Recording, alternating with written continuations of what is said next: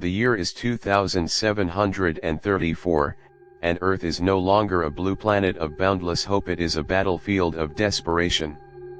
The Zephyr Empire, a ruthless alien force that thrives on conquest, has pushed humanity to the edge of extinction.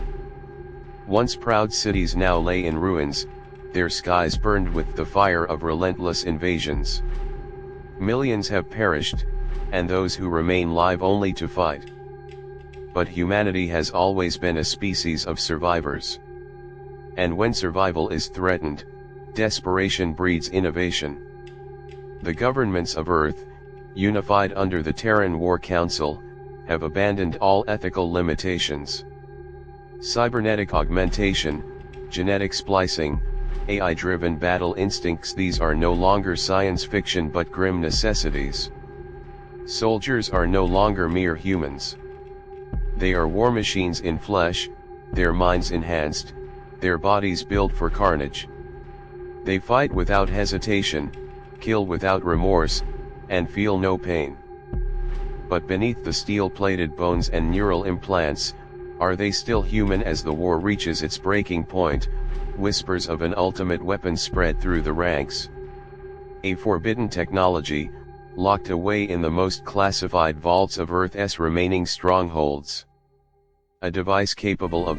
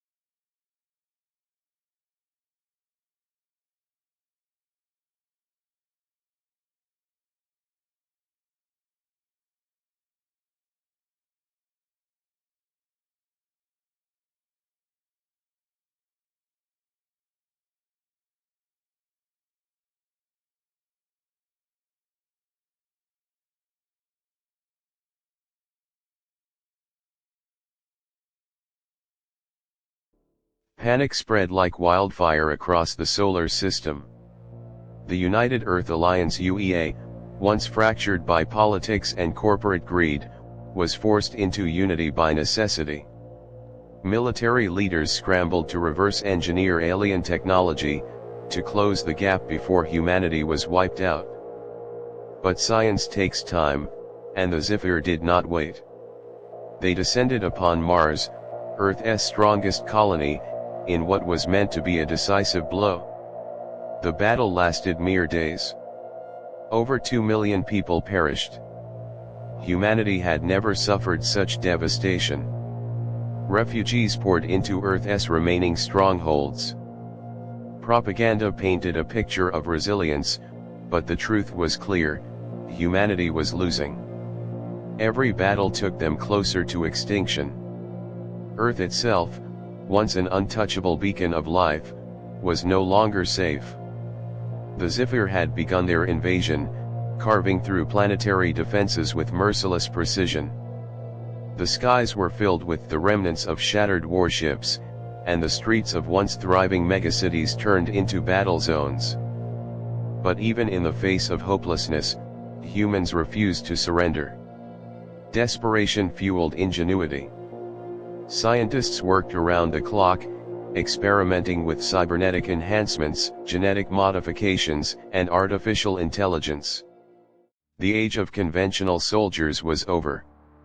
Humanity needed warriors who could fight on equal ground with the Zephyr. The first generation of augmented soldiers emerged. They were faster, stronger, and able to process information in nanoseconds. But the process was brutal. Not every human body could withstand the modifications. Many recruits perished during the enhancement procedures.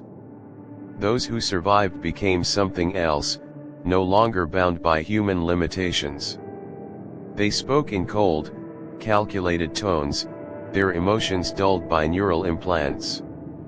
Victory demanded sacrifice, and for humanity, the greatest sacrifice was its own humanity. Despite these advancements, the war raged on. The Zephyr were relentless, adapting to every new weapon and strategy. It became clear that technology alone would not win the war. The conflict was no longer just about survival, it was about identity. How far was humanity willing to go? At what point did the cost of winning outweigh the price of extinction? These questions lingered as the war escalated, with no end in sight. The war against the Zephyr had forced humanity into a corner, and in that desperation, the line between man and machine blurred. Traditional soldiers were no longer enough. Their reflexes were too slow, their bodies too fragile, and their endurance too limited against the bio-engineered warriors of the Zephyr Empire. If humanity wanted to survive, it needed warriors who could fight beyond human limits. The augmentation program was born out of necessity. Earth's leading scientists, bioengineers, and AI specialists were tasked with one goal: to create the perfect soldier. The result was the Augmented Soldiers Initiative (ACI), a project that would transform ordinary recruits into something far greater. These soldiers would not age, would not tire, and could process combat data in real time. But there was a price. The first trials were horrific. Volunteers, many of them war veterans and elite operatives, underwent cybernetic implantation, genetic alterations, and direct AI neural integration. The process was excruciating. Some bodies rejected the enhancements violently, their nervous systems shutting down in agony. Others lost their humanity, their emotions stripped away by AI-assisted cognition. They became machines in human skin, their minds reshaped to prioritize efficiency over morality. The soldiers who survived were no longer the men and women they had once been. Their bones were reinforced with carbon weave plating, making them nearly unbreakable. Their muscles were enhanced with biosynthetic fibers, giving them strength beyond any unmodified human. Their eyes were replaced with quantum lenses, allowing them to see across spectrums of light previously invisible. And their minds were linked to the battlefield itself, processing data at speeds faster than any supercomputer. At first, the results were promising. The newly augmented warriors turned the tide of battle, fighting toe-to-toe with the Zephyr's elite forces. They were faster, more ruthless, and capable of making life-or-death decisions in milliseconds. In a matter of weeks, they reclaimed lost territories, pushing the invaders back. For the first time, humanity had an advantage. But then, the problems began. The more enhanced a soldier became, the less human they felt. Some began to lose their memories, forgetting their past lives. Others developed psychotic detachment, seeing ordinary humans as weak and expendable. A few refused to obey orders altogether, believing themselves superior even to their commanders. The War Council attempted to implement fail-safe protocols, but by then, the augmented soldiers had become something else entirely, something that even Earth's leaders feared. As the war raged on, the question remained, were these augmented warriors humanity's saviors, or its doom? Some whispered that they were no longer fighting to protect humanity, but to replace it. And if that was true, then Earth's final war would not be against the Zephyr alone, it would be against its own creations. The war for survival had evolved into something far more terrifying. Victory was within reach, but at what cost? The war against the Zephyr was stretching into its final, most desperate phase. Despite humanity's advances in augmented soldiers and enhanced warfare tactics, the Zephyr continued to adapt and retaliate. Every battle claimed more lives, every victory felt hollow. The Terran War Council knew that conventional combat, even with cybernetic super soldiers, was not enough. Humanity needed something more. Something final. In the deepest, most classified vaults of Earth's last strongholds, a project that had been long deemed too dangerous to use was brought back into consideration. It was known only as Project Oblivion. It was not just a weapon. It was the end of all things. Scientists had spent decades developing it, but the consequences had always been deemed too horrific to justify its existence. Project Oblivion was a quantum-based gravitational weapon, one that could generate an artificial singularity, a controlled black hole. If detonated in the right location, it would not just destroy Zephyr fleets, it could erase entire planetary systems from existence. The implications were horrifying. If unleashed, the weapon could collapse an entire quadrant of the galaxy, wiping out billions of lives in an instant. Entire species, not just the Zephyr, but innocent civilizations caught in the blast radius, would be lost. The war would be won, but at a moral and existential cost beyond imagination. Yet, the Council debated. With every passing day, more human lives were lost. The Zephyr showed no signs of retreating. The survival of Earth was at stake. If humanity didn't strike first, there was no guarantee they would get another chance. Some military leaders argued for its immediate deployment. They saw it as the only path forward: eradicate the enemy before they could eradicate Earth. If it meant wiping out countless alien worlds, then so be it. Humanity had suffered enough. The Zephyr had shown no mercy, they deserved none in return. Others, however, vehemently opposed the weapon's use. They believed such power would forever taint humanity, turning them into the very monsters they sought to destroy. Were they truly willing to commit galactic genocide to survive? Could they live with the knowledge that they had not just won a war but had erased entire civilizations in the process? The decision loomed like a shadow over the war effort. Time was running out. The Zephyr were closing in on Earth's last remaining strongholds.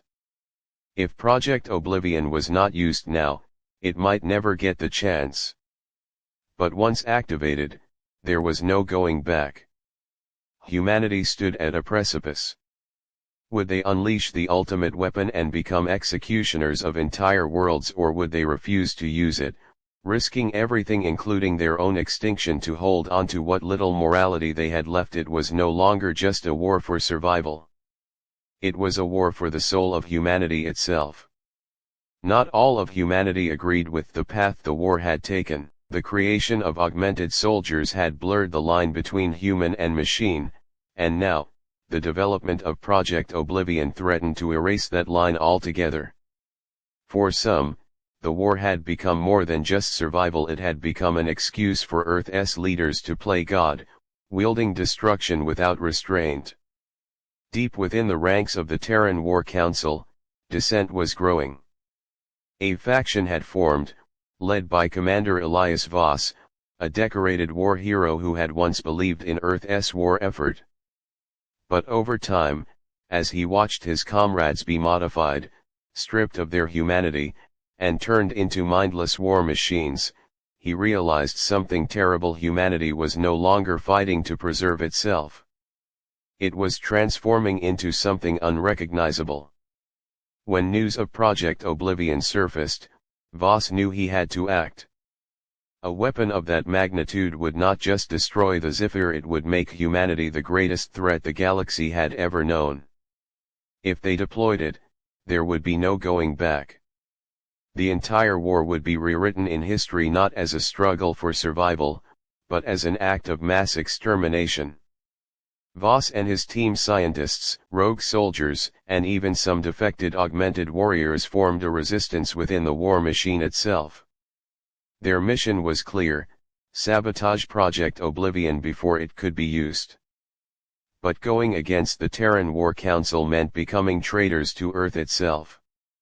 The war effort had become so absolute, so desperate, that anyone who spoke against it was labeled an enemy, no different from the Zephyr. Time was running out. The Zephyr's forces were nearing Earth's last defenses, and the Council was preparing to activate Project Oblivion. Voss and his rebels had only one chance: to infiltrate Orbital Station Echelon, the heavily fortified command center where the weapon was being assembled. If they could destroy it before deployment, the war might still have a chance to end in a way that did not doom humanity to becoming mass murderers. But it would not be easy. The station was guarded by the most elite augmented warriors, humans who had become more machine than flesh, programmed to follow orders without question. These were soldiers that Voss once fought alongside, friends and comrades who no longer recognized him as anything but a target. As the mission unfolded, the cost of rebellion became clear. There was no escaping the war, no peaceful resolution. Voss had chosen to fight not against the Zephyr, but against his own people, against the leaders he once swore to protect. And with each step toward the weapon's destruction, he knew he was making a choice that could mean either the salvation of humanity's soul, or its ultimate downfall. The battle was no longer just about winning. It was about what was left after the war was over. Would humanity still be worth saving? The final battle was not fought in open space, nor on the war-ravaged surface of Earth. It took place inside Orbital Station Echelon, the command center where Project Oblivion was prepared for deployment. Humanity stood at a crossroads, and the fate of an entire galaxy rested on a single moment. Commander Elias Voss and his rebel team had infiltrated the station, their mission clear: destroy the weapon before it could be activated. If they failed, the war would end in a way that no one could undo. The Zephyr would be annihilated, but so would millions of innocent lives across the stars. But standing between them and success was the Council's final line of defense: the Apex Legion. These were not just soldiers. They were the ultimate evolution of the Augmented Soldiers Initiative, humans enhanced to such an extreme degree that they no longer even resembled the beings they had once been. Cybernetic exoskeletons fused to their bodies, their eyes glowed with cold, calculated precision, and their neural implants allowed them to anticipate attacks before they even happened. They were no longer human. They were war itself. Voss and his team fought through the corridors, every step forward paid for in blood. The rebels were skilled, but they were up against something beyond mere tactics and strength. The Apex Legion moved as one, operating like a hive mind, adapting instantly to every attack. The battle was relentless, brutal, and merciless. One by one, members of Voss's team fell, cut down by warriors who felt no pain, no fear, no hesitation. Despite the overwhelming odds, Voss pushed forward. He knew that if he failed, humanity's last decision in this war would be to commit an atrocity beyond comprehension. He reached the control room, the core of the station where the activation sequence for Project Oblivion was already counting down. 5 minutes. But standing between him and the control panel was Commander Orion Kale, the leader of the Apex Legion and Voss's former comrade. Once, they had fought side by side as soldiers of Earth. Now, Kale was barely recognizable, his body fully integrated with advanced cybernetic enhancements, his voice hollow, emotionless. "You don't understand," Kale said, his voice carrying an unnatural mechanical resonance. "This is the only way. The Zephyr will never stop. If we don't erase them, they will erase us." Voss clenched his fists. "And what about everything else? What about the billions of innocent lives caught in the blast? We're supposed to be better than them." Kale tilted his head, his cybernetic eyes glowing. "Better? We abandoned better when we chose survival."